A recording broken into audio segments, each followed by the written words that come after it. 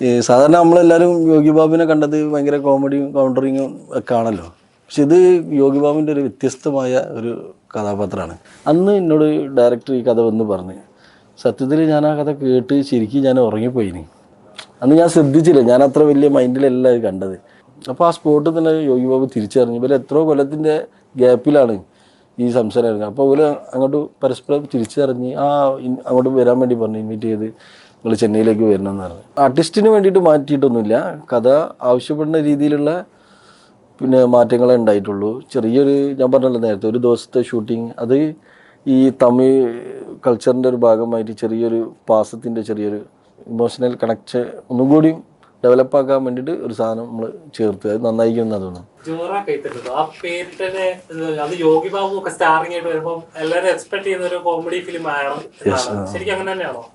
അല്ല, comedy film അല്ല. സാധാരണ നമ്മളെല്ലാവരും യോഗി ബാബുവിനെ കണ്ടത് ഭയങ്കര കോമഡിയും കൗണ്ടറിങ്ങും ഒക്കെ ആണല്ലോ. പക്ഷെ ഇത് യോഗി ബാബുവിൻ്റെ ഒരു വ്യത്യസ്തമായ ഒരു കഥാപാത്രമാണ്. അതായത് മണ്ടേല കണ്ടപ്പോൾ എനിക്ക് ഭയങ്കര ഇഷ്ടമായി യോഗി ബാബുവിനെ. അപ്പോൾ ഇത് മണ്ടേലനെ ആ റേഞ്ചല്ല, പക്ഷേ ഒരു തീരെ കോമഡി പറയാത്ത ഒരു യോഗി ബാബു. കുറച്ച് കൗണ്ടറൊക്കെ ഉണ്ടെങ്കിലും ഭയങ്കര സീരിയസ് ആണ് ആളിതിന്. ഇതൊരു ത്രില്ലറാണ്, ഇമോഷണൽ ത്രില്ലർ ഫിലിമാണ്. ഒരു വ്യത്യസ്തമായൊരു യോഗി ബാബുവിനെ ഇതിൽ തീർച്ചയായിട്ടും കാണാൻ പറ്റും, എല്ലാവർക്കും ഇഷ്ടമാവും ചെയ്യും. പടം യോഗി ബാബുവിന് ഇതൊരു അടുത്ത സ്റ്റെപ്പാണ്. ഇതുവരെ എന്താണ് യോഗി ബാബു ചെയ്തത് അതിൻ്റെ ഒരു മുകളിലേക്ക് വരുന്ന ഒരു സാധനമാണ്. അതായത് ഹീറോൻ്റെ ചെറിയൊരു സ്റ്റെപ്പ് ഇതിലേക്ക് ഒരു കയറ്റം വരും ഇതോടുകൂടി. അപ്പോൾ പ്രൊഡ്യൂസർ എന്തുകൊണ്ടാണ് ഇത് കമ്മിറ്റ് ചെയ്യാൻ കാരണം, അല്ലെങ്കിൽ ഇതെനിക്ക് പ്രേക്ഷകരിലേക്ക് എത്തിക്കുന്നത് ഞാൻ തന്നെ ചെയ്യും എനിക്ക് ചെറുപ്പം മുതലേ സിനിമ ഭയങ്കര ഇഷ്ടമുള്ള ഒരാളാണ്. എല്ലാ സിനിമയും ഞാൻ കാണാറുണ്ട്, തമിഴ്, ഹിന്ദി, മലയാളം, അങ്ങനെ വേർതിരിവില്ലാതെ തന്നെ കാണാറുണ്ട്. അപ്പോൾ ഫിലിമിൽ അഭിനയിക്കണമെന്ന് വലിയ ആഗ്രഹം തന്നെയാണ്. അതിനുവേണ്ടി ചെറുപ്പത്തിലേക്ക് കുറച്ച് ട്രൈ ഒക്കെ ചെയ്തിരുന്നു.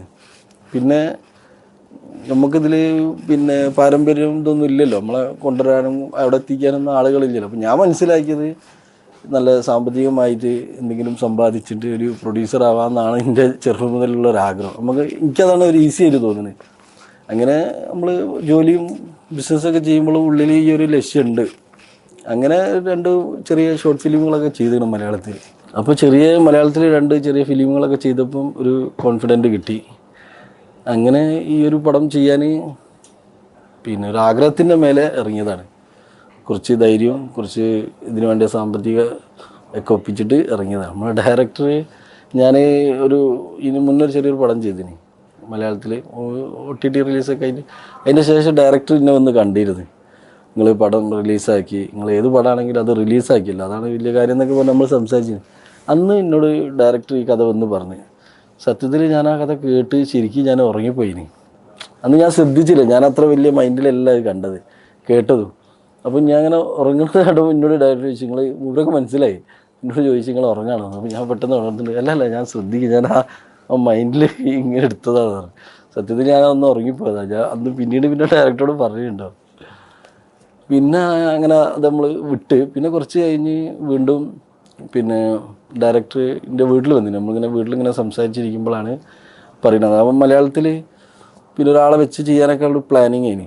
അപ്പോൾ അന്നാണ് എനിക്ക് ശരിക്കും കഥ വർക്കാവണത്. അന്ന് ശരിക്കും മുമ്പ് പറഞ്ഞപ്പോൾ ഞാൻ ശ്രദ്ധിച്ച് കേട്ടപ്പോൾ എനിക്ക് ഭയങ്കര ത്രില്ലർ, ഒരു ഇതുവരെ കാണാത്ത ചെറിയൊരു ജോണർ ടൈപ്പ്, അതായത് ഇമോഷണൽ ത്രില്ലറാണ്. അപ്പോൾ ഇതിൽ ഒരു സാധാരണമായ ഒരു സാധാരണക്കാരനായ ഒരു മജീഷ്യൻ അസാധാരണമായ ഒരു മജീഷ്യൻ ആവാണ്. അപ്പം ഒരു ഡിഫറെൻ്റായി തോന്നി. അപ്പോൾ ഇതിലുള്ള ആദ്യം നമ്മൾ വെച്ചത് മലയാളത്തിൽ ചെയ്യുകയാണെങ്കിലും തമിഴിൽ ചെയ്യുകയാണെങ്കിലും, തമിഴിൽ അങ്ങനെ പ്ലാനിങ് വന്നിട്ടില്ല. ഇത് ചെറിയൊരു ബലഹീനത ഉള്ള ആളുകൾ ചെയ്യണം, സൂപ്പർ ഹീറോ അല്ലാത്ത ഒരാളുകൾ ചെയ്യണം. അങ്ങനെയാണ് ഇത് നമ്മൾ ആലോചിച്ചത്.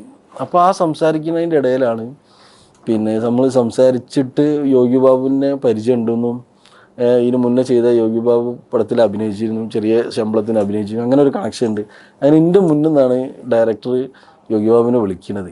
അപ്പോൾ ആ സ്പോട്ടിൽ തന്നെ യോഗി ബാബു തിരിച്ചറിഞ്ഞു. ഇവർ എത്രയോ കൊല്ലത്തിൻ്റെ ഗ്യാപ്പിലാണ് ഈ സംസാരം ഇറങ്ങുക. അപ്പോൾ ഇവർ അങ്ങോട്ട് പരസ്പരം തിരിച്ചറിഞ്ഞ് അങ്ങോട്ട് വരാൻ വേണ്ടി പറഞ്ഞു, ഇൻവൈറ്റ് ചെയ്ത് നിങ്ങൾ ചെന്നൈയിലേക്ക് വരണമെന്ന് പറഞ്ഞു. അപ്പോൾ ഞാൻ പറഞ്ഞു ആയിക്കോട്ടെ, യോഗി ബാബാണെങ്കിൽ നമുക്ക് എന്തായാലും എന്ത് റിസ്ക് എടുത്തിട്ടാണെങ്കിൽ നമുക്കിത് പൂർത്തിയാക്കണം, ചെയ്യണം, പോയി കാണാമെന്നൊക്കെ പറഞ്ഞ് അങ്ങനെ നമ്മൾ പോയി ചെന്നൈ പോയി കാണാണ്, രണ്ടാളും കൂടി പോയിട്ട്. അന്ന് യോഗി ബാബ ഭയങ്കര സ്വീകരണമൊക്കെ ചെയ്ത് കഥ ഒരു 10 മിനിറ്റ് കേട്ടിട്ടുള്ളൂ. പിന്നെ ഡേറ്റ് ഓക്കെ കൺഫേം നമുക്ക് ചെയ്താളാന്നൊക്കെ പറഞ്ഞു. ഭയങ്കര തിരക്കുള്ള ആർട്ടിസ്റ്റ്, കോമഡിയൻ ആണെങ്കിലും എല്ലാ പടങ്ങളിലും അഭിനയിക്കുന്ന ആളെല്ലാവർക്കും വേണം. അപ്പം കുറച്ച് തിരക്കാണ്. പിന്നെ ആ മണ്ഡലൻ്റെ ശേഷം അതിനെ കൊണ്ട് കുറച്ച് ഒരു നായക പടങ്ങളൊക്കെ വരുന്ന സമയമാണ്. അപ്പോൾ ഡേറ്റ് ഭയങ്കര ക്ലാഷായി നിൽക്കുന്ന സമയമാണ്.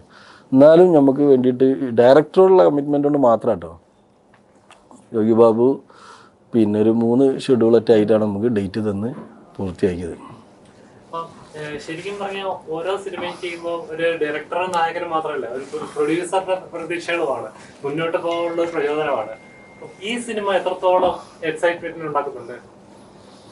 ഈ സിനിമ ഈ ഫിലിം എനിക്ക് ഭയങ്കര പ്രതീക്ഷ തന്നെയാണ് ഞാനിപ്പോൾ ഉള്ളത്. ഞാൻ ഈ പടം പൂർത്തിയായതിൻ്റെ ശേഷം ഒരു 4-5 പ്രാവശ്യം കണ്ടുകണ്. ഫുൾ വർക്ക് കഴിഞ്ഞതിന് ശേഷം കണ്ടിട്ടും ഞാൻ ഏകദേശം ഓക്കെയാണ്, കോൺഫിഡൻ്റ് ആണ്. നമ്മൾ ഫസ്റ്റ് പടമൊക്കെ പൂർത്തിയായതിന് ശേഷം കണ്ടതിന് ശേഷം ചെറിയ ഫസ്റ്റ് ഹാഫിൽ കുറച്ച് 2-3 സീനും കൂടി ആഡ് ചെയ്യണമെന്ന് വിചാരിച്ചിരുന്നു. അങ്ങനെ നമ്മൾ യോഗി ബാബുവിനെ പോയി കണ്ട് സംസാരിച്ച് ഇതിന് വേണ്ടിയിട്ട് യോഗി ബാബു നമുക്കൊരു ദിവസം ഡേറ്റ് തന്ന് ഫ്രീ ആയിട്ട് വന്നിട്ട് തന്നെയാണ് അന്ന് അഭിനയിച്ചത്. നമ്മളതിനോട് മൂപ്പരാക്കും അങ്ങനെ ഒരു അഭിപ്രായമാണ് യോഗി ബാബുവിന്. അപ്പോൾ അതും കൂടി ആഡ് ആയപ്പോൾ പടം നല്ല രീതിയിൽ വന്നിട്ട് പിന്നെ ബാക്ക്ഗ്രൗണ്ട് സ്കോറും മൊത്തത്തിൽ എല്ലാം കൂടി നോക്കുകയാണെങ്കിൽ എന്തായാലും ഒരു സത്യത്തിലൊരു സിനിമ ഇഷ്ടപ്പെടുന്ന ഒരു പ്രേക്ഷകന് തീർച്ചയായിട്ടും ഇഷ്ടപ്പെടേണ്ടതാണ്. ഇപ്പൊ ബഡ്ജറ്റ് വൈസ് ഒക്കെ നോക്കുമ്പോൾ പ്രൊഡ്യൂസർ കാശ് പുറക്കുന്നപ്പോ ചിലപ്പോ ഒരു ദിവസം എന്താ പറയാ കാലാവസ്ഥ പണി വരാം, അല്ലെങ്കിൽ പ്രതീക്ഷയിലെ ഡേറ്റ് കൂടാം കുറയാം, അല്ലെങ്കിൽ പ്രൊഡക്ഷൻ കോസ്റ്റ് കൂടാം. എപ്പോഴെങ്കിലും കയ്യിൽ നിന്ന് പോവോ എന്ന് തോന്നിയിട്ടുണ്ടായിരുന്നോ?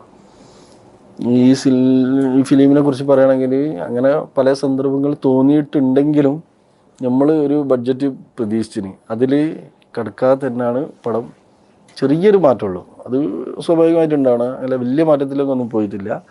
എന്തായാലും നമ്മൾ വിചാരിച്ച ബഡ്ജറ്റിൽ തന്നെ സേഫായിട്ടാണ് നിൽക്കുന്നത്.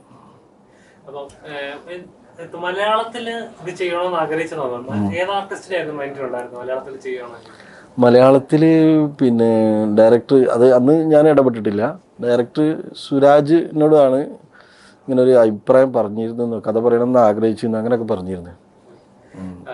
ശരിക്കും പറയാൻ തമിഴ് എന്ന് പറയുമ്പോൾ ഇച്ചിരൂടെ വൈഡ് ഇൻഡസ്ട്രിയാണ്, ഇച്ചിരൂടെ ഇമോഷൻസിലായാലും എല്ലാം കുറച്ചുകൂടെ ഇത് എന്തെങ്കിലും കഥയ്ക്ക് എന്തെങ്കിലും അല്ലെങ്കിൽ നോർമൽ സ്ക്രിപ്റ്റിൽ നിന്ന് കുറച്ചുകൂടെ എന്തെങ്കിലും ഇതാക്കേണ്ടി വന്നോ, മാറ്റം വരുത്തേണ്ടി വന്നോ യോഗി ബാബുവിനെ പോലെ ഹരീഷ് പെരടി പോലുള്ള ആർട്ടിസ്റ്റുകൾക്ക് പോലെ? ഇല്ല, അങ്ങനെ ആർട്ടിസ്റ്റിന് വേണ്ടിയിട്ട് മാറ്റിയിട്ടൊന്നുമില്ല.